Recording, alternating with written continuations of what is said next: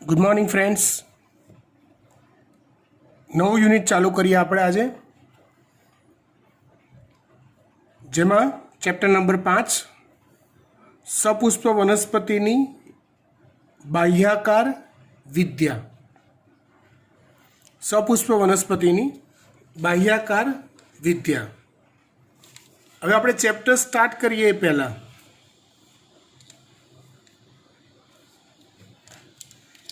બાહ્યાકાર વિદ્યા એટલે શું એ આપણે સમજીએ.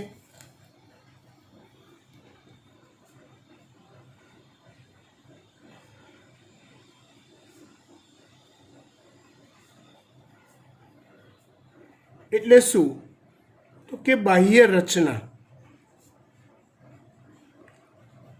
સપુષ્પ વનસ્પતિની બાહ્યાકાર વિદ્યામાં એની બાહ્ય રચનાઓનો અભ્યાસ. બહારથી તમને જે વસ્તુઓ દેખાતી હોય, તમે કોઈ પણ સપુષ્પ એટલે પુષ્પ ધરાવતી વનસ્પતિ, એ વનસ્પતિમાં બહારથી તમે નરી આંખે જે રચનાઓનો અભ્યાસ કરી શકતા હોય કે જેનો તમે નરી આંખે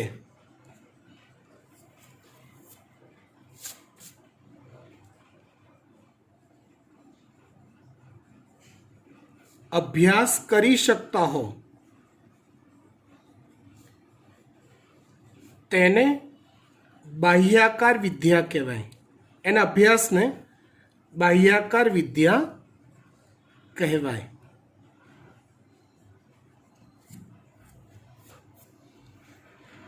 ચલો, અહીંયા આપણે સપુષ્પ વનસ્પતિની બાહ્યાકાર વિદ્યા જોવાની છે. કોની? સપુષ્પ વનસ્પતિની બાહ્યાકાર વિદ્યા જોવાની છે.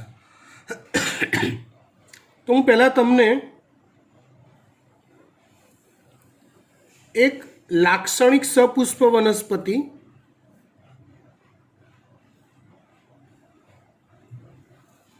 માં કેટલી રચનાઓ આવેલી હોય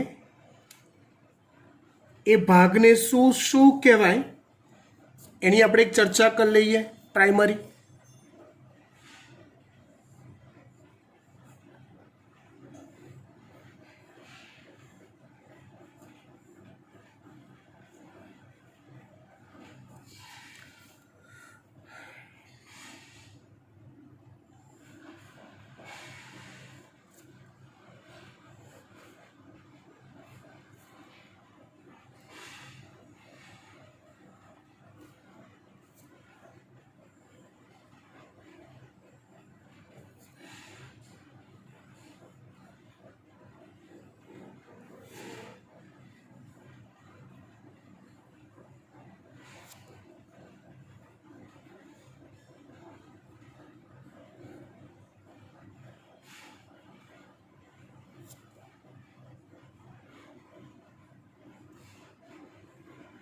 જો તમને વનસ્પતિના કેટલાક મૂળભૂત ભાગો હોય એના નામ તો આવડતા જ હોય. મૂળભૂત ભાગોના નામ તમને આવડતા જ હોય.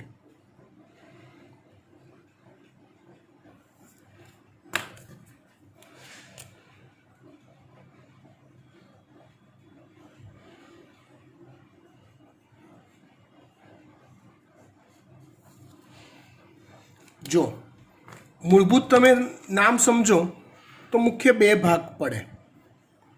આ જે નીચેનો જે ભાગ છે ને, આ જમીનની અંદર રહેલો આ ભાગ, આ જમીનનું લેવલ છે. આ ભાગ, આ જે નામકરણ શીખવાડું છું ને, એ વસ્તુઓ ધ્યાનથી સમજજો, ધ્યાનથી સમજજો. જમીનની અંદર રહેલો આ જે ભાગ છે ને, એને આપણે મૂળ તંત્ર કહીએ. એને શું કહીએ આપણે? મૂળ તંત્ર. અને ઉપરનો જે આ સમગ્ર ભાગ છે, આ બધો, એને આપણે કહીએ છીએ પ્રરોહ તંત્ર. એટલે વનસ્પતિની બાહ્યાકાર વિદ્યા મુખ્યત્વે મૂળ તંત્ર અને પ્રરોહ તંત્રમાં વહેંચાયેલી હોય છે. બરાબર? ચલો, મૂળ તંત્રમાં નામ નિર્દેશન જોઈએ તો આ જે ભાગ છે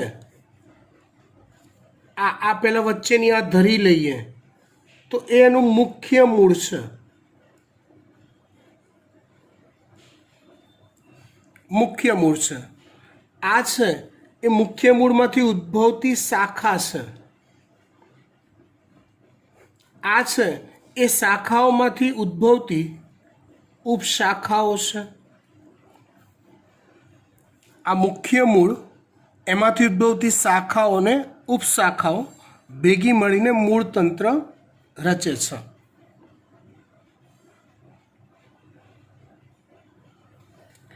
પ્રરોહતંત્રમાં આ જે મુખ્ય ધરી છે એને પ્રકાંડ કહીએ છીએ. મુખ્ય ધરીને આપણે શું કહીએ છીએ? પ્રકાંડ. પ્રકાંડ પર શું ઉદ્ભવે છે? તો કે પર્ણ ઉદ્ભવે છે. પ્રકાંડ પર શું ઉદ્ભવે છે? તો કે પર્ણ ઉદ્ભવે છે. હવે સમજો, પ્રકાંડના જે ભાગેથી પર્ણનો ઉદ્ભવ થાય, ધારો કે આ પ્રકાંડ અહીંયા પર્ણ સર્જાયું તો પ્રકાંડના આ ભાગેથી પર્ણનો ઉદ્ભવ થયો. અહીંથી પ્રકાંડના આ ભાગેથી પર્ણનો ઉદ્ભવ થયો, આ ભાગેથી પર્ણનો ઉદ્ભવ થયો, આ ભાગેથી પર્ણનો ઉદ્ભવ થયો. તો પ્રકાંડના જે ભાગેથી પર્ણનો ઉદ્ભવ થાય એ ભાગને ગાંઠ કહેવાય. પ્રકાંડના જે ભાગેથી પર્ણનો ઉદ્ભવ થાય એ ભાગને ગાંઠ કહેવાય. આવી બે ક્રમિક ગાંઠ, અહીંથી આ ગાંઠ છે પર્ણ સર્જાયું, અહીંયા પર્ણ સર્જાયું, આ ગાંઠ છે, અહીંયા પર્ણ સર્જાયું, આ ગાંઠ છે. આવી બે ક્રમિક ગાંઠ વચ્ચેનો જે વિસ્તાર છે આટલો, એ વિસ્તારને આંતરગાંઠ કહેવાય. ફરીવાર, મુખ્ય બે તંત્ર, મૂળ તંત્ર, પ્રરોહતંત્ર. મૂળ તંત્રમાં એક મુખ્ય મૂળ હોય, એ મુખ્ય મૂળમાંથી ઉદ્ભવતી શાખાઓ અને ઉપશાખાઓ હોય જે ભેગી મળીને મૂળ તંત્ર રચે. મુખ્ય ધરીનો જે હવાઈ ભાગ છે એને પ્રકાંડ કહેવાય. પ્રકાંડમાં પર્ણ ઉદ્ભવે, પ્રકાંડના જે ભાગેથી પર્ણ ઉદ્ભવે એ ભાગને ગાંઠ કહેવાય. આવી બે ક્રમિક ગાંઠ વચ્ચેના વિસ્તારને આંતરગાંઠ કહેવાય અને બે આંતરગાંઠ કહેવાય.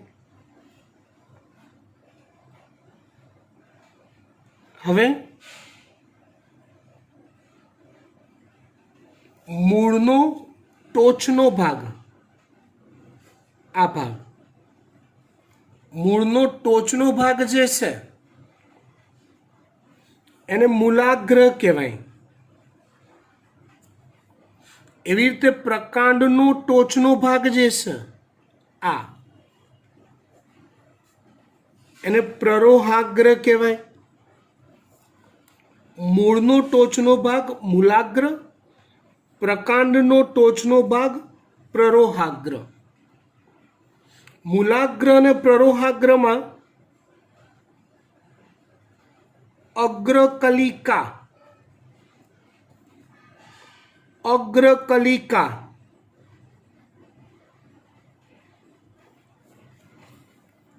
આવેલી હોય જે વર્ધનશીલ પેશી છે.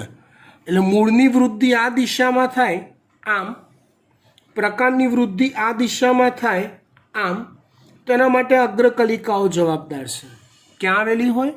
મૂલાગ્ર અને પ્રરોહાગ્રમાં. પ્રકાંડ પર જ્યાં પર્ણ સર્જાતું હોય એનો આ ખૂણાનો જે વિસ્તાર છે, આ ખૂણો, એ વિસ્તારને કક્ષકલિકા કહેવાય. જે ખૂણાનો વિસ્તાર છે એ વિસ્તારને શું કહેવાય? કક્ષકલિકા કહેવાય. દાખલા તરીકે આ પ્રકાંડ, અહીંયા પર્ણ, તો પર્ણ સર્જાયો ત્યાં જે ખૂણો બન્યો, આ ખૂણો જે બન્યો એને કહેવાય કક્ષકલિકા.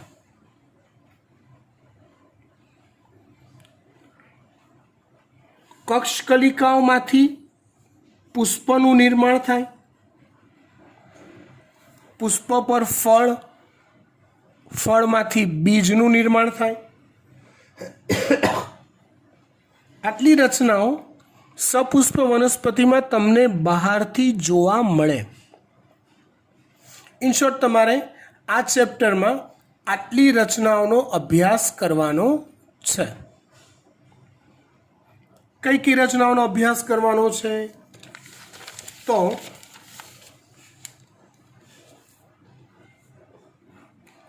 એક મૂળ, પ્રકાંડ, પર્ણ, પુષ્પ,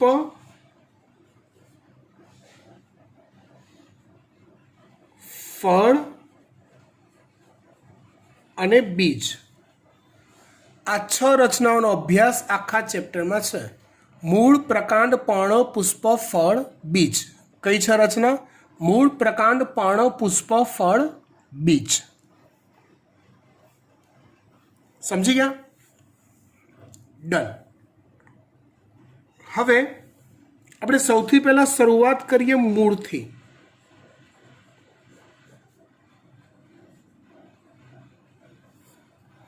મૂળને ઓળખતા તો આપણને આવડી ગયું, હે ને?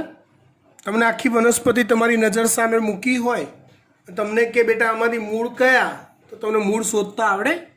હા, આવડે.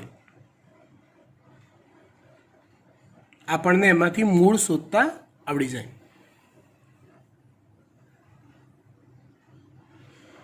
હવે મૂળની તમને બેઝિક વાત કરી દઉં. ચલો, કોઈ પણ વનસ્પતિ હોય ને, સપુષ્પ વનસ્પતિ, એનો ઉદ્ભવ બીજમાંથી થતો હોય. આમ તો આપણે આગળ આ ચેપ્ટરમાં ભણવાનું આવશે. આ બીજ, મેં વાલનું બીજ દોર્યું છે. બીજની અંદરના ભાગમાં, બીજની અંદર, બહારથી ના દેખાય, અંદરના ભાગમાં આવી એક વિશિષ્ટ રચના આવેલી હોય છે.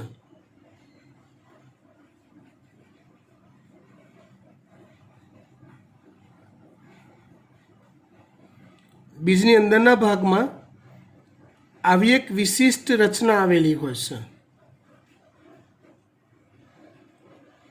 આવી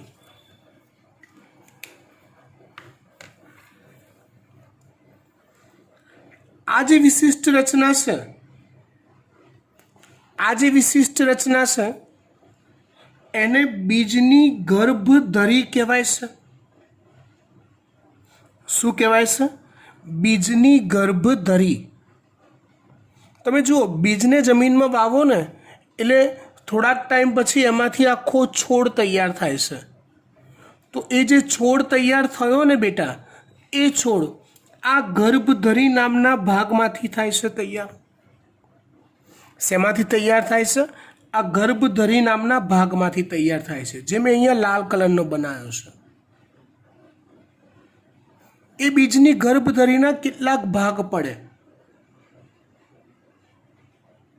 આ જે ભાગ છે સૌથી નીચેનો, એ ભાગ છે ભ્રૂણમૂળ.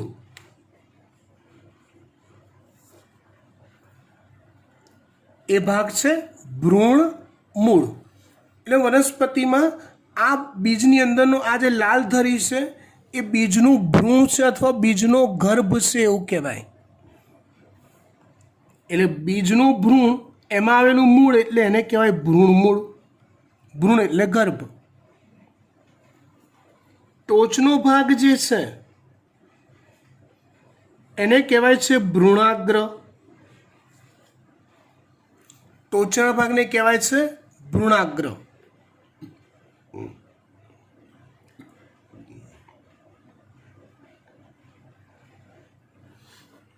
હવે એ ભ્રૂણાગ્રની નીચેનો જે ભાગ છે એને કહેવાય છે ઉપરાક્ષ, અને ભ્રૂણમૂળની ઉપરનો જે ભાગ છે એને કહેવાય છે અધ્રાક્ષ. ટૂંકમાં બીજની ગર્ભધરીના 4 ભાગ પડે.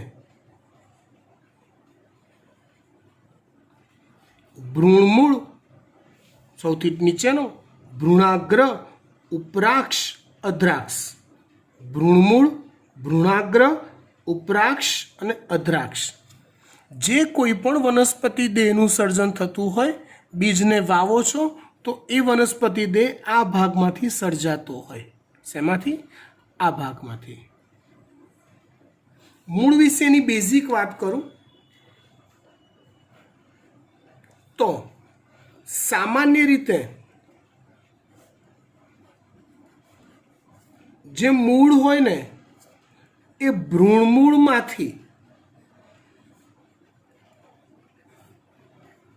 ઉદ્ભવતા હોય છે. બીજને તમે જ્યારે જમીનમાં વાવો છો ત્યારે આ ભ્રૂણમૂળ એ વૃદ્ધિ પામીને બહાર આવે છે અને એમાંથી મૂળ તંત્રનું મૂળનું નિર્માણ કરે છે.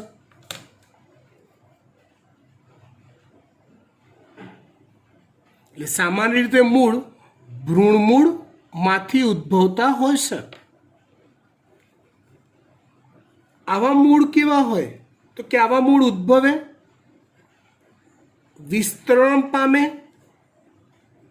એટલે કે લંબાય, ફેલાય, પછી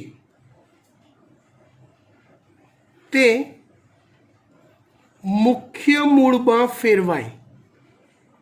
મુખ્ય મૂળમાં ફેરવાય, તેમાંથી શાખાઓ બને, ઉપશાખાઓ બને, જેના લીધે મૂળ તંત્રનું નિર્માણ થાય. મતલબ કે આવું થાય. એટલે આ જે હોય એ બીજની ગર્ભધરીમાંથી વિકસેલું મૂળ સમજવાનું.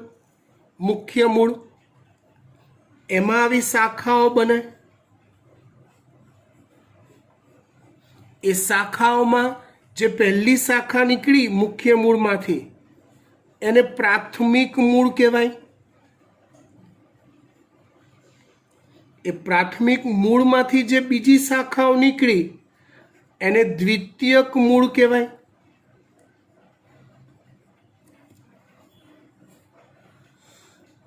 સમજો બરાબર ધ્યાનથી.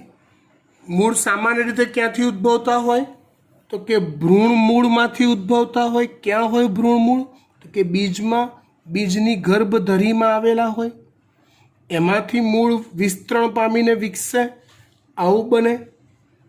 એ મુખ્ય મૂળ રચાય. મુખ્ય મૂળમાં પ્રાથમિક મૂળ, દ્વિતીયક મૂળ રચાય, જેના કારણે આખું મૂળતંત્ર તૈયાર થાય. આવું મૂળતંત્ર જે છે એને સોટીમય મૂળતંત્ર કહેવાય. કેમ કે એક મુખ્ય સોટી જેવું મૂળ જોવા મળે, બાકી બધા એની શાખાઓ અને ઉપશાખાઓ હોય. એક સોટી જેવું મુખ્ય મૂળ જોવા મળે, આ એને સોટીમય મૂળતંત્ર કહેવાય. આવી રચના એ દ્વિદળી વનસ્પતિમાં જોવા મળે છે. આવું મૂળતંત્ર શેમાં જોવા મળે છે બેટા? તો દ્વિદળી વનસ્પતિમાં આવું મૂળતંત્ર જોવા મળે છે.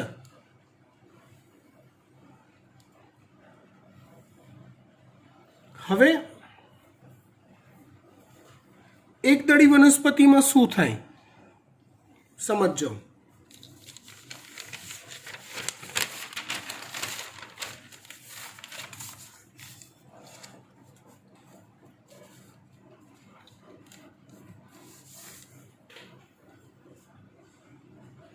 એકદળી વનસ્પતિમાં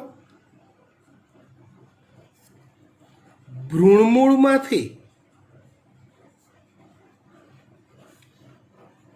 મૂળ ઉદ્ભવે તો ખરા, પણ થોડા સમયમાં તે નાશ પામે છે. એકદળી વનસ્પતિ હોય તો એમાં ભ્રૂણમૂળમાંથી મૂળ બનતા હોય પણ એ થોડોક ટાઈમમાં નાશ પામી જતા હોય, અપકર્ષ પામે, વિઘટન પામી જાય. તો મૂળનું કામ કરવું કેવી રીતે? મૂળ તો જોઈશે જ, નેસેસરી છે, મૂળ વગર ચાલશે નહીં.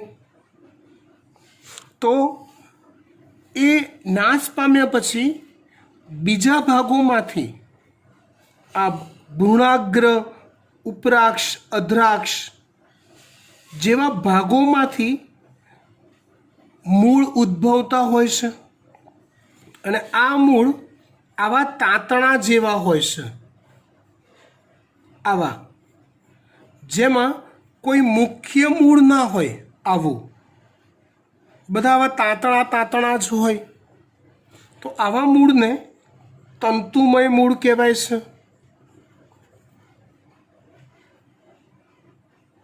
અથવા એને અસ્થાનિક મૂળ કહેવાય છે. સોટીમય મૂળને સ્થાનિક મૂળ કહેવાય છે. અહીંયા જુઓ, દેખાવને આધારે પ્રકાર પાડવા જાઓ તો બે પ્રકાર, તંતુમય મૂળ અને સોટીમય મૂળ. બધા આવા તમે બગીચામાં બેઠા હો ક્યારેક, અને બેઠા પછી આપણે ઓલો ઘાસ ઉખાડ કરતા હોઈએ તો નીચેથી જે મૂળ બહાર આવે ને એ તમે જોજો, એ આવા હશે. એ તંતુમય મૂળ કહેવાય. કેવા મૂળ કહેવાય? તંતુમય મૂળ કહેવાય.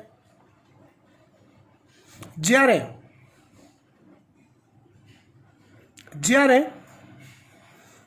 સોટીમય મૂળમાં એક મુખ્ય લાંબુ મૂળ હોય, એમાંથી શાખાઓ અને ઉપશાખાઓ નાની બનતી જતી હોય. ચલો, મૂળ ક્યાંથી ઉદ્ભવે એને આધારે તેના બીજા બે પ્રકાર પડે, સ્થાનિક મૂળ અને અસ્થાનિક મૂળ. જો મૂળ બીજની ગર્ભધરીના ભ્રૂણમૂળમાંથી ઉદ્ભવતા હોય તો એને સ્થાનિક મૂળ કહેવાય, જે આવા હોય સોટી જેવા. અને જો ભ્રૂણમૂળમાંથી ન ઉદ્ભવતા હોય,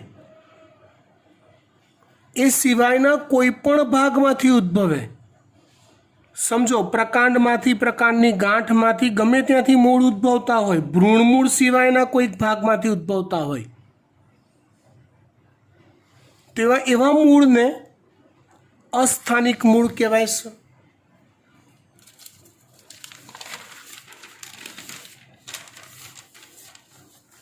એટલે અહીંયા વાત કરીએ, મૂળ ઉદ્ભવે પણ થોડા સમયમાં નાશ પામે છે. તેને સ્થાને અન્ય વાનસ્પતિક ભાગોમાંથી મૂળ ઉદ્ભવે છે, જે પાતળા તંતુઓ જેવા હોય છે. આ મૂળ કેવા હોય છે? પાતળા તંતુઓ જેવા, આવા હોય છે.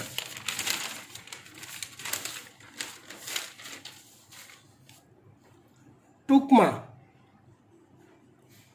દેખાવને આધારે મૂળના બે પ્રકાર, મૂળતંત્રના, સોટીમય અને તંતુમય. સ્થાનને આધારે, સ્થાન એટલે ઉદ્ભવ સ્થાન ને આધારે મૂળના બે પ્રકાર,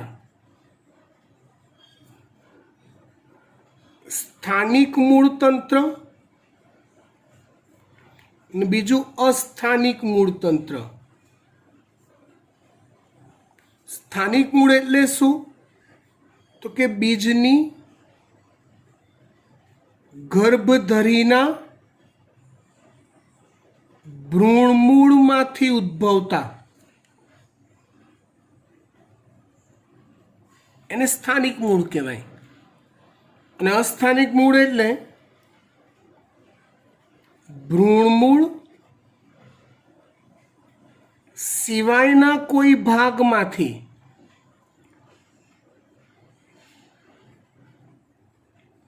ઉદ્ભવતા હોય એવા મૂળને અસ્થાનિક મૂળ કહેવાય. ભ્રૂણમૂળ સિવાયના કોઈક ભાગમાંથી ઉદ્ભવતા હોય તો એને અસ્થાનિક મૂળ કહેવાય. આમ જોવા જઈએ તો સ્થાનિક મૂળ સોટીમય હોય, અસ્થાનિક મૂળ તંતુમય હોય. સમજી ગયા વાત? પણ ડેફિનેશન આવી રીતે આપી શકાય. ભ્રૂણમૂળમાંથી ઉદ્ભવ્યા છો તમે, હા તો સ્થાનિક. ભ્રૂણમૂળ સિવાયના કોઈક ભાગમાંથી ઉદ્ભવ્યા છો તમે, હા તો અસ્થાનિક. એનીવે આ સ્થાનિક અસ્થાનિકવાળી સ્ટોરીવાળું પેજ છે, પહેલાં પતાવી દઈએ. ચલો, પહેલી થિયરી મૂળ. તો મૂળ વિશે અભ્યાસ કરી રહ્યા છીએ. દ્વિદળી વનસ્પતિ અને એકદળી વનસ્પતિમાં મૂળની રચના જુદી જુદી હોય છે. દ્વિદળી વનસ્પતિમાં મૂળની રચના મોટા ભાગની દ્વિદળી વનસ્પતિઓમાં ભ્રૂણમૂળ પ્રલંબન કે વિસ્તરણ પામી પ્રાથમિક મૂળની રચના કરે છે અથવા રચના થાય છે.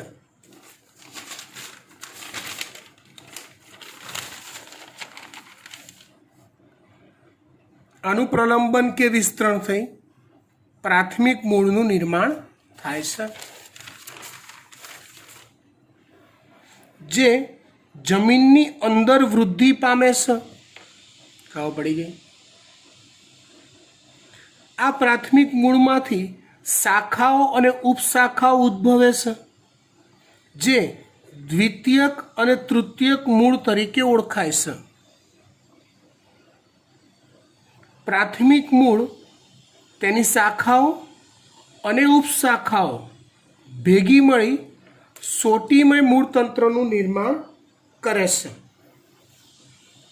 પ્રાથમિક મૂળ તેની શાખાઓ અને ઉપશાખાઓ ભેગી મળી સોટીમય મૂળતંત્રનું નિર્માણ કરે છે. પ્રાથમિક મૂળ, મુખ્ય મૂળ, શાખાઓ, ઉપશાખાઓ સોટીમય મૂળનું નિર્માણ કરે છે. ઉદાહરણ આપ્યું છે રાઈ.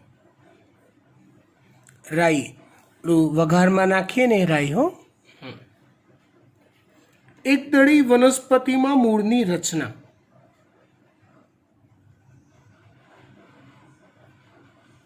એકદળી વનસ્પતિમાં પ્રાથમિક મૂળ અલ્પજીવી હોય છે. મતલબ બીજની ગર્ભધરીમાંથી જે મૂળ ઉદ્ભવે છે એ અલ્પજીવી હોય છે.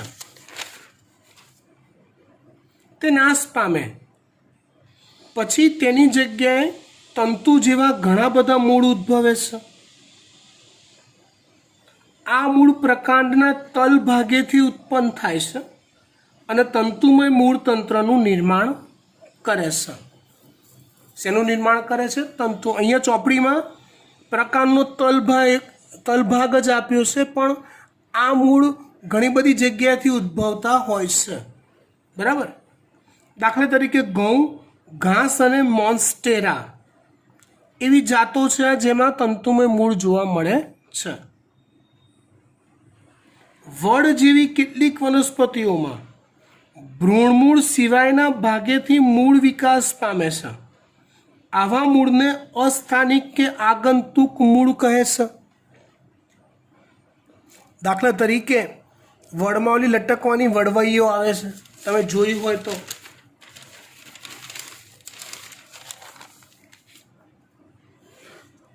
વડ હોય તો આવી પ્રકાંડમાંથી આવી વડવઈઓ હોય આવી લટકવા માટે, પછી એ ધીમે ધીમે જમીનની અંદર ઉતરતી જાય. હા કે ના? યસ. તો આ જે વડની વડવાઈ જે છે ને એ પણ એક પ્રકારના મૂળ છે, જેને અસ્થાનિક મૂળ કહેવાય. કેમ અસ્થાનિક કહેવાય? કેમ કે તો પ્રકાંડમાંથી ઉદ્ભવ્યા છે. હા, સ્થાનિક મૂળ એટલે શું? બીજની ગર્ભધરીના ભ્રૂણમૂળમાંથી ઉદ્ભવે તો જ સ્થાનિક, બાકી બધા મૂળ અસ્થાનિક. અહીંથી જે મૂળ ઉદ્ભવ્યા તો અસ્થાનિક મૂળ કે આગંતુક મૂળ છે. ખબર પડી વાત? હા કે ના? ડન.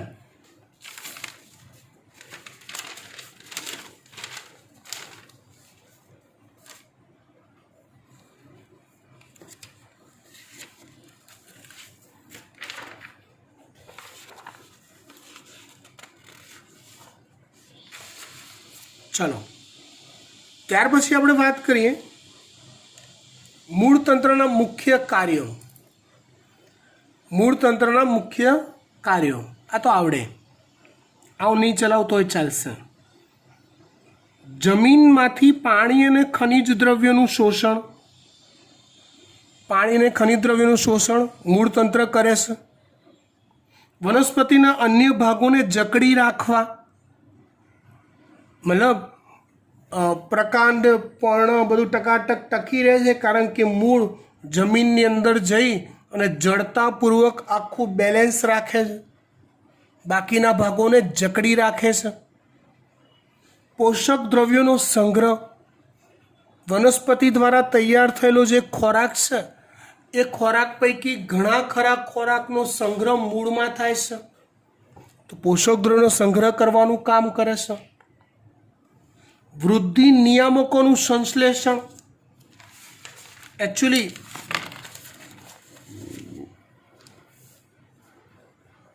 વનસ્પતિમાં વૃદ્ધિ નિયામકો એટલે શું?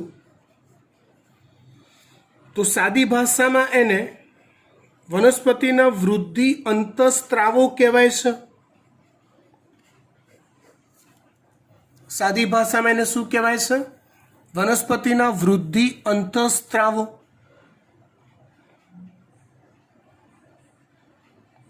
આ વૃદ્ધિ અંતઃસ્ત્રાવો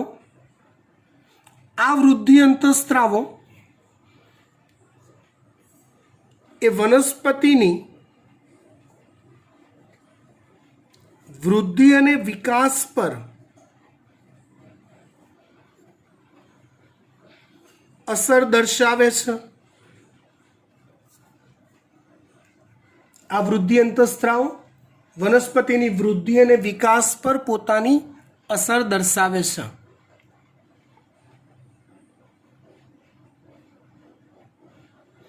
એનું સંશ્લેષણ મૂળમાં થાય છે.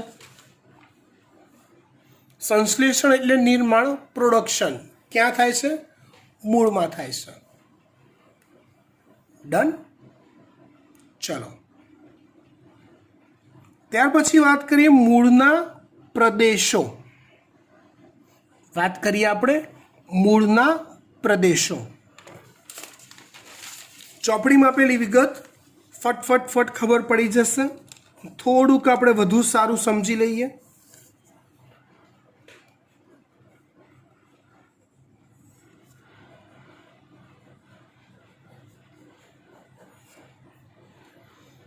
જો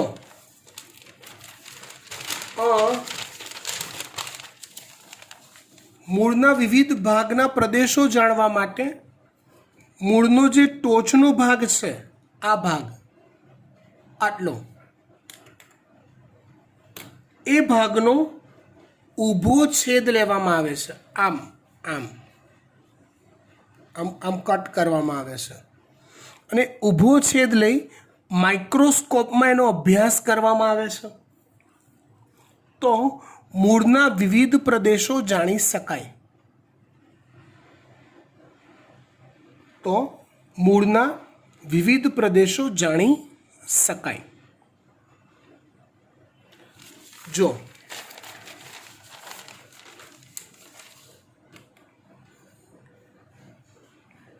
એ ટોચના ભાગનો ઊભો છેદ લઉં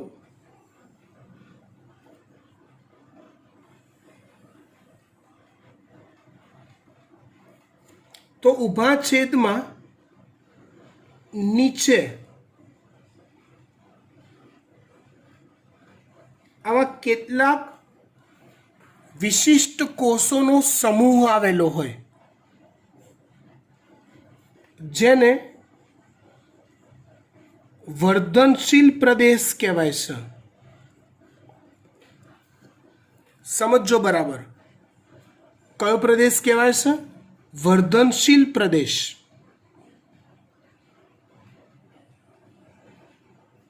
ચોપડીમાં જે આકૃતિ આપી છે એ આકૃતિ સૈદ્ધાંતિક છે, પ્રેક્ટિકલ નથી.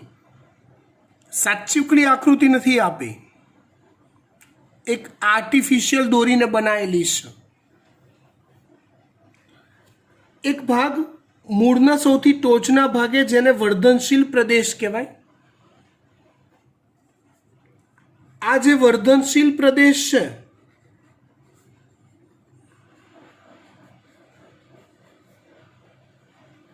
એ વર્ધનશીલ પ્રદેશમાં કોષો વિભાજન પામવાની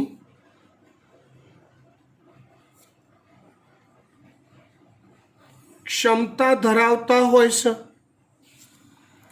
કોષો વિભાજન પામવાની ક્ષમતા ધરાવતા હોય છે. એટલે કોષો કોષ વિભાજન પામે. વૃદ્ધિ માટે આ ક્રિયા બહુ અનિવાર્ય છે. કઈ? કોષ વિભાજન, કોષોનું વિભાજન થવું. રાઈટ? એવલા કોષ ચક્રના નિયમ પ્રમાણે થાય. લાસ્ટ આપણે 10મા ચેપ્ટરમાં જોયું ને એવું. કોષો વિભાજન પામવાની ક્ષમતા ધરાવે છે. વર્ધનશીલ પ્રદેશના કોષો કદમાં નાના હોય, પાતળી કોષ દિવાલ ધરાવતા હોય,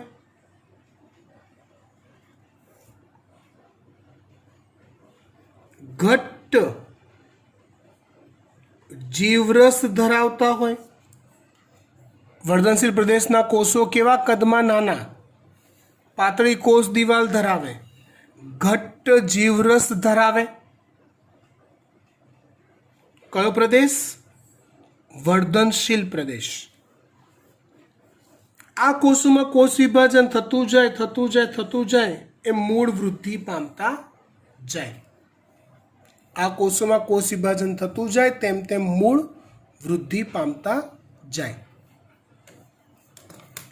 આ વર્ધનશીલ પ્રદેશનું રક્ષણ કરવા એની આજુબાજુમાં આવા રક્ષણાત્મક કોષોના સ્તર હોય જેને મૂળ ટોપી કહેવાય. શું કહેવાય એને? મૂળ ટોપી. મૂળ ટોપી તો કે વર્ધનશીલ પ્રદેશની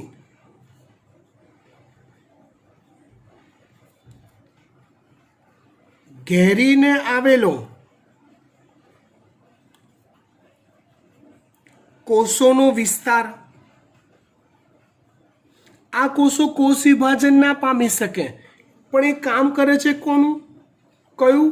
તો કે રક્ષણ કરવાનું. કોનું રક્ષણ કરવાનું કામ કરે? વર્ધનશીલ કોષોનું.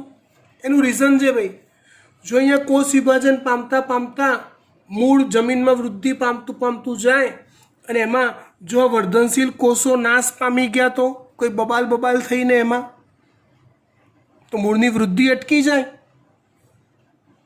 તો એ વર્ધનશીલ કોષોને પ્રોટેક્શન આપવા માટે એને ઘેરીને આવી મૂળ ટોપી આવેલી હોય છે. શું આવેલું હોય છે? ઘેરીને મૂળ ટોપી આવેલી હોય છે. ત્યાર પછી જોવા મળે છે વિસ્તરણ પ્રદેશ.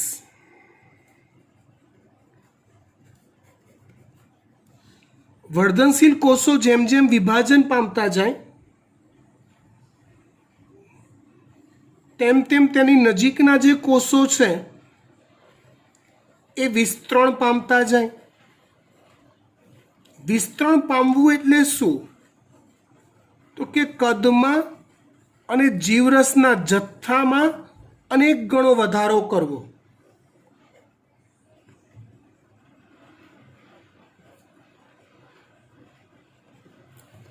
કદમાં અને જીવરસના જથ્થામાં વર્ધનશીલ કોષો કરતાં અનેક ગણા મોટા કોષો હોય. હા, પણ વિસ્તરણ પ્રદેશમાં કોષો વિભાજન પામી શકતા નથી. એટલે વિસ્તરણ પ્રદેશ એટલે વર્ધનશીલ પ્રદેશ પછીનો, જેમાં કોષો વિસ્તરણ પામેલા હોય પણ વિભાજન ન પામી શકતા હોય. કોષો વિસ્તરણ પામેલા હોય અને વિભાજન ન પામી શકતા હોય. વિસ્તરણ પ્રદેશ પછી એની ઉપર સ્થાયી પ્રદેશ આવે, જેમાં અલગ અલગ સ્થાયી પેશીઓ હોય. જલવાહક પેશી, અનવાહક પેશી, મૃદુતક પેશી, આવી અલગ અલગ સ્થાયી પેશીઓ ધરાવતો વિસ્તાર હોય, જેને કહેવાય પરિપક્વન પ્રદેશ.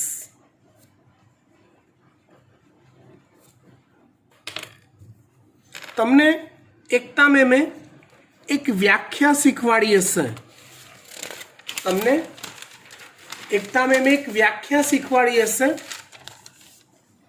વ્યાખ્યા છે વિભેદન.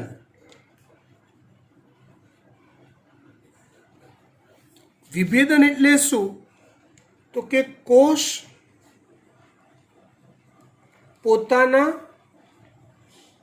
ચોક્કસ કાર્યને અનુલક્ષીને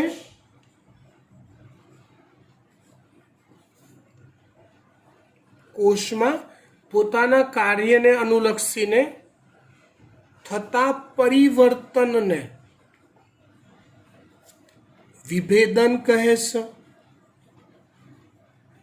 ઇન શોર્ટ એવું થાય કે કોષો નો સમૂહ એ ચોક્કસ પેશીઓમાં ફેરવાય તો એ ક્રિયાને વિભેદન કહેવાય છે.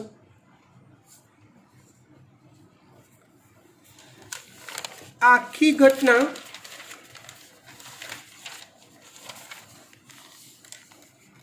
એક સાયકલની જેમ ચાલે છે. ધ્યાનથી સમજજો. હું તમને એટલું મસ્ત શીખવાડીશ ને, તમને કોષ ચક્ર બી અહીંયા ઘુસાડી આપીશ. શું કરી આપીશ? કોષ ચક્ર પણ ઘુસાડી આપીશ તમને. જો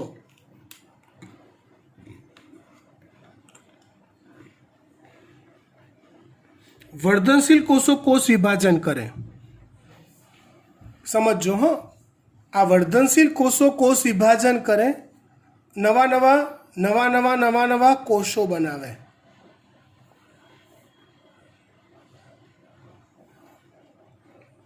જેમ જેમ નવા કોષો બનતા જાય ને તેમ તેમ અગાઉના વર્ધનશીલ કોષો જે છે એ વિસ્તરણ પામતા જાય, કદમાં મોટા બનતા જાય, પોતાની વિભાજનશીલતા ગુમાવતા જાય. જો વિભાજનશીલતા ગુમાવવીને એટલે તમારા મગજમાં એક વાત આવી જવી જોઈએ, G0 તબક્કાની. કોષ પોતાની વિભાજનશીલતાનો ગુણધર્મ ગુમાવી દે છે, ઇટ મીન્સ કોષ ચક્ર અટકે છે કઈ જગ્યાએથી અટકે તો G0 તબક્કા પર અટકે. G0 યાદ કરો. એટલે આ જ વિભાજન પામતા કોષો આગળ વિભાજન પામતા જાય અને પાછળના કોષો એ G0 તબક્કામાં અટકતા જાય. એ G0 તબક્કામાં અટકીને વિસ્તરણ પામતા જાય, કદમાં મોટા બનતા જાય. વિભાજનશીલતાનો ગુણધર્મ ગુમાવી દીધો એટલે G0. હવે જે વિસ્તરણ પામેલા કોષો હતા પહેલાના એ ધીમે ધીમે મૃદુદક પેશી, સ્થૂલ કોણક પેશી, જલવાહક પેશી, અનવાહક પેશી એવી અલગ અલગ પેશીઓમાં ફેરવાતા જાય.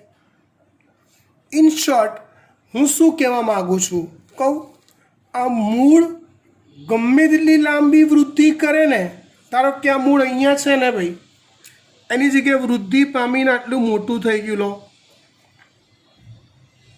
સમજો, તો એનો વર્ધનશીલ પ્રદેશ તો એટલો ને એટલું જ રહે. વિભાજન પામવાની ક્ષમતા ધરાવતા કોષોનો વિસ્તાર તો એટલો ને એટલો જ રહે. મૂળ ટોપી એટલી ને એટલી જ રહે. બાકીના જે વિભાજન પામેલા કોષો હતા એ વિસ્તરણ પામી ગયા, અને જે વિસ્તરણ પામેલા કોષો હતા એ સ્થાયી પેશીઓમાં ફેરવાઈ ગયા, પરિપક્વન પ્રદેશમાં.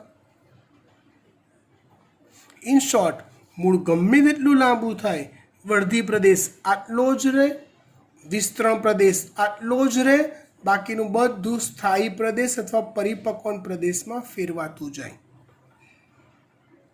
વર્ધી પ્રદેશની લેન્થ ના વધે, વિસ્તરણ પ્રદેશની લેન્થ ના વધે, એનું કન્વર્ઝેશન થતું જાય ક્રમશઃ પરિપક્વન પ્રદેશમાં.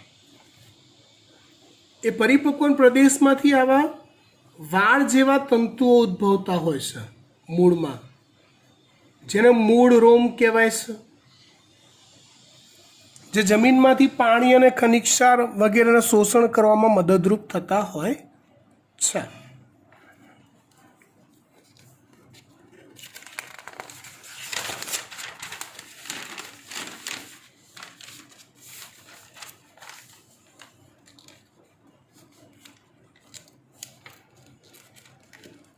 એટલે અહીંયા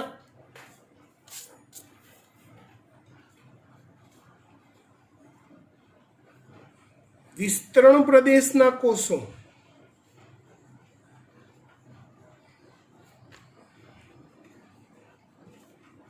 ક્રમશઃ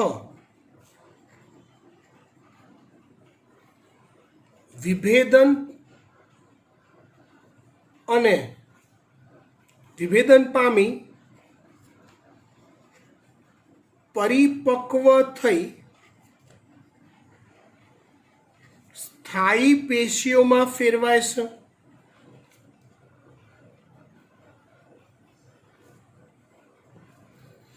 આવા સ્થાયી પેશીવાળા વિસ્તારને પરિપક્વન પ્રદેશ કહે છે, અથવા સ્થાયી પ્રદેશ કહેવાય, જેમાં મૂળ રોમ પણ જોવા મળે છે. જોઈએ મૂળના પ્રદેશો.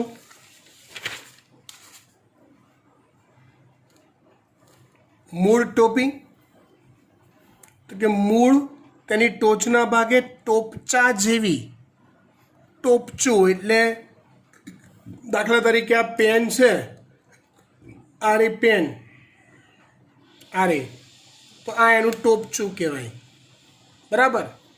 એવી ટોપચા જેવી રચના દ્વારા આવૃત કે ઢંકાયેલું હોય છે.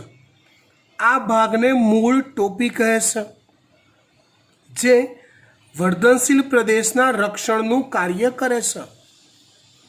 બીજો ભાગ વર્ધનશીલ પ્રદેશ. મૂળ ટોપનો સહેજ ઉપરનો અમુક મિલીમીટર જેટલો વિસ્તાર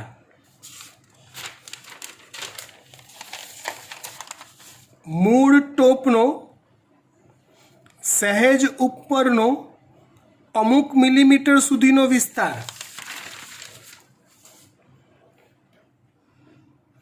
વર્ધનશીલ ક્રિયાવિધિ પ્રદેશ હોય છે, એટલે કે વર્ધનશીલ પ્રદેશ હોય છે. આ પ્રદેશના કોષો ખૂબ જ નાના, પાતળી દિવાલ અને ઘટ્ટ જીવરસ ધરાવે છે. તેઓ કોષ વિભાજન પામવાની ક્ષમતા ધરાવે છે. તેઓ શેની ક્ષમતા ધરાવે છે? કોષ વિભાજન પામવાની. વિસ્તરણ પ્રદેશ. વર્ધનશીલ પ્રદેશની નજીકના કોષો ત્વરિત વિસ્તરણ અને વિસ્તૃતીકરણ પામે છે, જેના લીધે મૂળની લંબાઈમાં વૃદ્ધિ થાય છે. આ પ્રદેશને વિસ્તરણ પ્રદેશ કહે છે. પરિપક્વન પ્રદેશ. વિસ્તરણ પ્રદેશના કોષો ધીમે ધીમે વિભેદિત થાય છે અને પરિપક્વ થાય છે. આથી વિભેદિત થાય છે અને પરિપક્વ થાય છે. આથી આ વિસ્તારને પરિપક્વન પ્રદેશ કહે છે. આથી આ વિસ્તારને કયો પ્રદેશ કહે છે? પરિપક્વન પ્રદેશ કહે છે. આ વિસ્તારના કેટલાક અધિસ્તરીય કોષો ખૂબ જ બારીક અને નાજુક પાતળી દોરી જેવી રચના ધરાવે છે, જેને મૂળ રોમ કહે છે. મૂળ રોમ જમીનમાંથી પાણી અને દ્રવ્યોનું શોષણ કરે છે. ચલો, ત્યાર પછી મૂળના રૂપાંતરણો એ જોઈશું આપણે આવતા અંકે. આજે ગણતરી હતી કે મૂળના રૂપાંતરણો ચલાવી દઈશું, પણ લગભગ 50 મિનિટ ઉપરનો લેક્ચર થઈ ગયો છે, તો આપણે હાલ ચલાવતા નથી આવતા અંકે. બરાબર? હોમવર્કમાં આટલે સુધી જ કરવાનું આવશે. 2 વાર મૂળના રૂપાંતરણો કરવાના નથી. Thank you.